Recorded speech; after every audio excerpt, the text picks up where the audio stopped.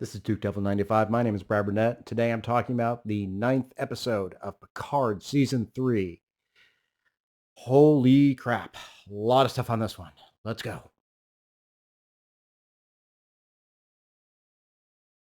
This episode is titled Vox, and literally it is where everything hits the fan. All the questions are answered in this episode. We open with Jack and Troy in the quarter in Jack's mind, staring at the red door, picking up right from where we left off. We see the red vine stretching down the hallway to the door. Troy asks Jack, "What do these mean to you?" And he describes them as a way to connect with people and that he wants to connect with people. He then hears Beverly's voice, a song that she used to love. He recalls a visit to an arboretum that he went with his mother as a child. And then we see, flower petals connecting to the vines. He continues to hear other voices coming from the door, but he's reluctant to open the door. So Troy offers to do so. So inside Jack's mind, she walks down the hallway, reaches out to the door, and opens it. And what does she see? A Borg cube. A big Borg cube. And she hears the voices of the Borg. She suddenly snaps back to reality, tells Jack, "I'm sorry, I have to leave." She runs out with Jack going, "What is going on? What is going on?" Now she runs down to sickbay where she finds Picard and Beverly and tells them what she saw. And they're flabbergasted. They're like, "How's this possible? Jack has never been assimilated by the Borg. He has no Borg nanoprobes." Troy insists there's no mistaking the Borg influence. And Beverly says there's a way for biological beings to communicate through biology, transceiving and receiving messages. She analogizes it to birds flocking together, flying during the seasons. Same thing with bees. And she thinks this is what Jack has, biological technology that allows him to communicate. And she got it from Picard when he was Locutus. And Picard says, "No, I gave him aromatic syndrome. That's what I gave him." And Beverly says, "No, you never had aromatic syndrome. You had what the Borg gave you, this Borg DNA, and it transferred to Jack." Picard is very upset by this, recognizing another, consequence of being Locutus. He says, "I will go tell Jack the truth." Before he leaves, Troy reminds him there are certain protocols that have to be followed regarding the Borg. Picard finds Jack inside his quarters and tells him what is going on. He explains how he was assimilated and became Locutus, and what he did as Locutus, and how some of that got passed on to Jack. And Jack wonders, does that make him like a bee searching for a hive for a queen, a clear analogy to the Borg queen? And then he comments that he's always seen the galaxy as imperfect, maybe a little broken, and thought if everyone could speak with one mind, with one voice, it might be better. And he says, who would have thought that cybernetic authoritarianism would have been the answer? But at the same time, he says, the Borg are emotionless. That's not me. I care about people. Picard says he understands, but there are certain precautions that we have to take given what is going on to Jack. And he tells Jack there's an academy on Vulcan that he can go to. Jack knows what this academy is. It's to treat people who have been affected by the Borg, and he refuses to be lobotomized by Vulcan mind meld. He starts to leave, but he's blocked by two security men who he quickly takes over using his controlling ability. The security officers point fingers at Picard, and Jack leaves. His mother, Beverly, catches up with him, tries to stop him. He says, "It's not your voice I've been hearing. It's the Borg queen, and I'm going to put a stop to this myself. I will not be controlled." He goes off, gets into a shuttle, warps away, going to coordinates he's received from the Borg queen. He arrives in what appears to be a nebula, red orangish clouds, very similar to the vision he's been seeing. And then appearing right in front of him is a giant Borg cube. Back on the Titan in sickbay, Geordi explains what the Borg did when they abducted Picard originally was they put in a new genetic code, which was entirely undetected ever since Picard was, rescued from the Borg. And that's the reason why the Changelings stole Picard's body, to obtain that genetic code. And that's the code that he passed on to Jack, which allows Jack to transmit instructions. While Picard received instructions from the Borg, he heard the voice. Jack is transmitting instructions. He's able to control people. So it's very clear at this point that the Changelings and the Borg have been working together for a common purpose. But what is that purpose? All that they know right now is related to Starfleet's Frontier Day. when the entire fleet will be assembled as one. At that point, the Titan then warps off to Earth to try to stop whatever the Borg is planning. On Earth, we see the entire fleet assembled outside a space dock. The USS Enterprise F departs space dock under the command of Fleet Admiral Elizabeth Shelby, the same commander from Best of Both Worlds, who was a Borg expert who temporarily served as first officer.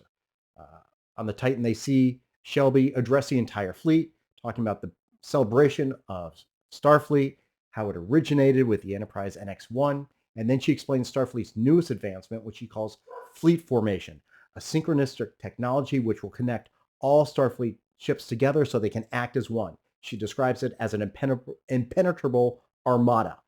Picard wonders how Shelby, of all people, could endorse something so Borg-like. Meanwhile, Jack has beamed on to the Borg cube. He hears the Borg Queen's voice welcome him.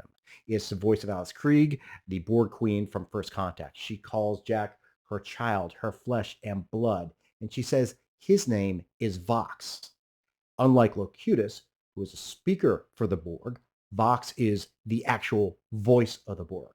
So Jack makes his way through the Borg cube and finds the Queen, which we only see in a silhouette. He raises a phaser to kill her, to end it all, but finds that he is unable to do that. The Queen urges him, end your struggle, join me. And then we see Jack just drop the phaser, realizing the futility of the situation. Cables descend around him, Jack into the back of Jack's neck, and his eyes turn black as he's assimilated by the Borg. On the Titan, Geordi and Data have discovered that Picard's Borg DNA has been coded into working with Starfleet's transporter system, which means anytime someone uses the transporter, that Borg DNA is written into the person's DNA. So essentially, the Borg have been assimilating the entire fleet, all Starfleet personnel, without anyone knowing it. Data says the Borg genetic material does not propagate in a species past a certain point in its development cycle. So for humans, that means around 25 years of age. The Borg DNA won't affect Geordi, Data, Beverly, any of that crew, but any of the younger crew members, Geordi's daughters, would be affected by this. The Titan comes out of warp in Earth orbit. The computer sent out a warning blaring that the fleet formation system is taking over. Picard hails the fleet and tries to warn Shelby about the Changeling infiltration and the return of the Borg. However, that network connection is lost, and Lieutenant Murrah reports a massive energy spike. The Borg cube then activates, sending out a signal which affects 7 of 9 due to her Borg implants. It's a signal going out to anyone affected with the Borg DNA. Shaw calls for red alert. No one on the bridge responds. And then we see that Lieutenant Murrah, Ensign LaForge, and Ensign Esmar have all been assimilated and are now Borg. They begin speaking in unison, "We are the Borg," and they are told to eliminate all unassimilated people. Seven disarms one of the junior officers, and she, Picard, Riker, and Shaw flee into the turbolift while phaser fire is blazing at them. They realize they have to get off the ship, but it's been overrun by the assimilated crew. So Shaw orders the turbolift to the maintenance deck because he knows there's no guards down there and there's a repair shuttle they can use to escape. Picard advises the rest of the unassimilated crew to meet there and to try to get off the ship together. Once they reach the maintenance level, they are met by the rest of the Enterprise D crew along with Raffi. Geordi tries to get the door to the repair shuttle bay open. Worf wonders, what can we do against an entire fleet with just one shuttle? And Geordi says, I have a better idea. Suddenly, assimilated members of the Titan crew attack. Geordi's able to get the door open and the crew starts running through. Shaw says, go, I'll cover you. And in the process, he gets killed with a phaser blast right to the chest. Seven tells Picard, go, and she and Raffi stay behind on the Titan. As the shuttle leaves the Titan, we see the assimilated fleet start targeting space dock. They prepare to eliminate all of Earth's defenses. Starfleet is now Borg. So Picard and the Enterprise D crew arrive at the Fleet Museum, and it starts approaching Hangar Bay 12. Geordi says that if they're going to do anything to stop this, they're going to need an older ship, one not affected by the fleet formation system. And inside, we see the doors open, and the crew is shocked to see a reconstructed USS Enterprise D. Geordi apparently spent the last 20 years rebuilding the ship, taking the primary hull from Viridian 3 and using parts from other Galaxy-class starships to put the star drive section together. The crew then steps onto the bridge of the Enterprise D for the first time in 30 years. Looking around, it looks just as it was. Worf bemoans something about the fact that there's no good weaponry like he had on the Enterprise E, but admits that the ship is perfect. Picard walks around, takes in everything, realizing his old ship is back, and he looks to his crew and says, you've been with me all this time, and we've encountered this enemy before, and I cannot ask you to do it again. And that's when Riker says, we are the crew of the USS Enterprise. And not only that, we are family. Jean-Luc, wherever you go, we go. Picard then orders the crew to stations. Everyone takes their positions at their old stations. Worf at tactical, Data at ops, Geordi at the helm. Riker and Troy sit on either side of Picard. Beverly reports the ship is ready. Worf reports the weapons are ready. And they clear the old space dock. And Picard tells Data to set a course for Earth at maximum warp. And finally, most appropriately, Jean-Luc Picard says from the Enterprise D bridge, engage. And the Enterprise D warps off. All right, so everyone who I've watched on the internet who has seen these episodes already said this is the one where, shit hits the fan, all hell breaks loose, and absolutely right. And it was just fantastic. This was very fast-paced, very tense, a lot of action, and it just wove together so well. The story, all the clues that you were seeing now suddenly made sense. I may even go back and watch it all again, see if I can pick up the clues that eventually led to the answer here, which is Jack is part Borg. I think my theory that I had stated in my last review for episode 8 was like 85% right. Because I thought that maybe Picard did not have aromatic syndrome. It was something from the Borg that went into Jack, and then him being able to communicate was very Borg-like. So I'm just gonna pat myself on the back for getting a pretty good accuracy on that theory. I guess the one thing that maybe a lot of people will say is the Borg again. Yeah, we do get a lot of Borg stuff. I think Voyager more than Next Generation overused the Borg. But when you're talking about the last Picard show, the final, appearance, the true final appearance of the Next Generation, there's no one else that makes more sense to have be your enemy than the Borg and the real Borg. Not that Dr. Girardi crap that happened in season 2 where they're going to assimilate people with peace. This is the real Borg. Even Shaw in an early episode said the real Borg is still out there. Yeah, they were.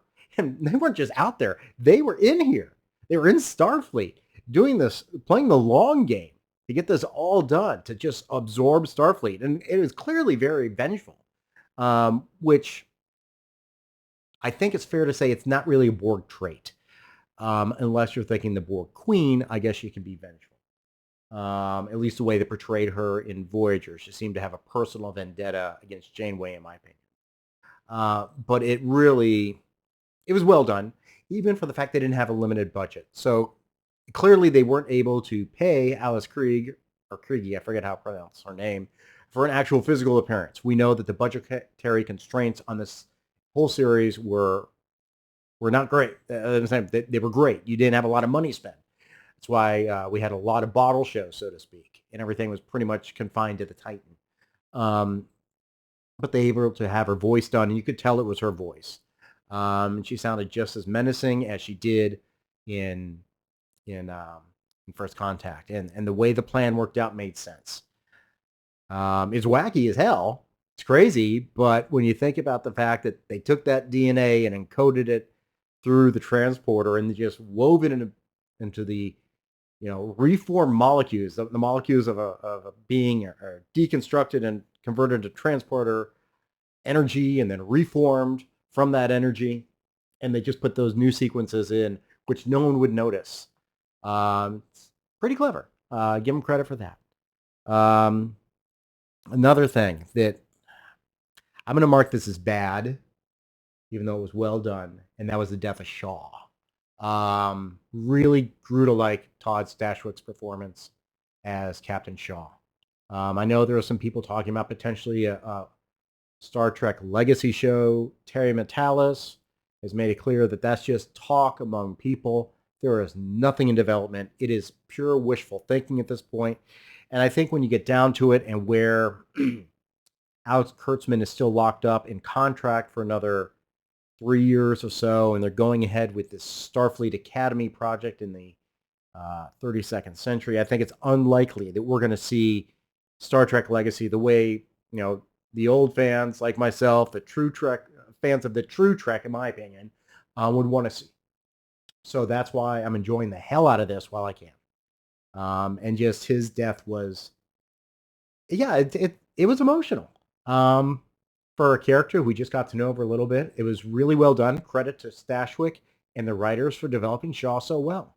And just the way he ended it with saying to Seven, you have the con, 7 of 9, acknowledging who she is, setting aside whatever prejudice he had against her for being a Borg, recognizing her for the officer that she is. It's really just a well-done scene, and Jerry Ryan, I thought, did a really good job showing how affected she was by the death of Shaw. Now, this gets me. I've watched this 4 times, and it still gets me. The whole crew, the Enterprise D crew, back and on the bridge of the Enterprise D. As soon as we heard Alondra, I think in episode 6, say to Geordi, what about what's in Bay 12? I think a lot of us probably knew the Enterprise D was going to reappear. It had to reappear. And when they said Bay 12, I'm like, it's in there. Somehow Geordi put it back together. And that's exactly what he did. And it just fit. Again, Terry Matalas knows his Trek lore. They retrieved the primary hull from Viridian 3 where it crash landed, so there are no prime directive violations. And Geordi pieced together the star drive section from other, Galaxy class ships. The Syracuse, I know he mentioned as one of them. But just the first time you see it, and you see the look on the crew expressing just like, oh my God, we're home. And that's kind of the feeling we get. I was like, oh my God, it's back. It's back. We haven't seen this ship in 30 years, and it's back. And then when they walk on the ship, wow. This is where the budget went, I think. I mean, it looks perfect. I'm certain there's stuff in there that's missing, but I'm pretty certain they got back some of the original production crew. I know I've seen interviews with Mike Okuda and Denise Okuda. They were involved in the original Next Generation. Okuda's primary responsibility for creating the LCAR system. They call it Okudagrams after him. And to see everyone just taking in the bridge as we are taking it in. And it's just, if you're not affected by this as a fan, seeing it, just feeling a little bit well up in your throat, I don't know what the hell you're watching. Because you weren't watching the best Trek. I mean, this is the best stuff. The TNG stuff, TOS, all of it. That's the great stuff. And that's what we were missing. And we finally got it. So thank you, for love of God. Thank you for giving the fans what they wanted. Only took 2 crappy seasons of Picard to get there. But some of the other things, again, just some lighthearted moments in this whole thing with tension.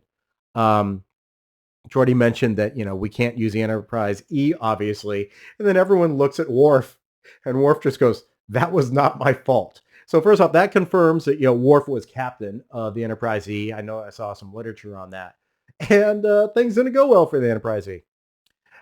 He expresses his affection for the Enterprise E weapon system. Of course he would. He's a Klingon. He wants the bigger guns, the bigger torpedoes. But even he admits the ship looks perfect. Um, Data Data expresses emotion himself, which is great. Um, he goes back and looks at his chair, and it's hello chair. Picard walks around and goes to the dedication plaque, and then he comments like, I didn't realize how much I missed all of this until I saw the carpet. And everyone shares a laugh. It's like carpet on the bridge. I remember back in the day, they used to have to replace the carpet constantly throughout the season because it just get worn out being filmed over and over again. But for this, it's matches. It's exactly the Enterprise D. And when Picard says, you guys don't have to do this, Riker just has the perfect response. We're the crew of the USS Enterprise, and you're our family. And wherever you go, we go. And yeah, this is our next gen family, and this is what we've always wanted to see. This is what we were missing, and we finally got it. And when Picard just leans back and says, "Engage," on the bridge of the Enterprise D again, it's just great. Even Majel, they put Majel Barrett's voice back in. Holy crap! I know it's just recorded again because she's passed, but it's just like that little touch is what we fans want. This is Star Trek. This is it back, and it's just wonderful. I literally cannot stop extolling how much I love this show. And I'm gonna be sad as hell when it ends next week. But at the same time, I think I said before, I'm looking forward to talking about this with my old college friends who are not watching it now, but who love the next gen as much as me. And I'm going to get to experience it again with them and just spend hours talking about it. So I think, as much as a gift as it is for old fans to see the old crew again, it's a gift for us geeks, nerds, Star Trek fans to be able to talk about what we love again and just enjoy talking about it. So one more episode left, episode 10. It's entitled The Last Generation.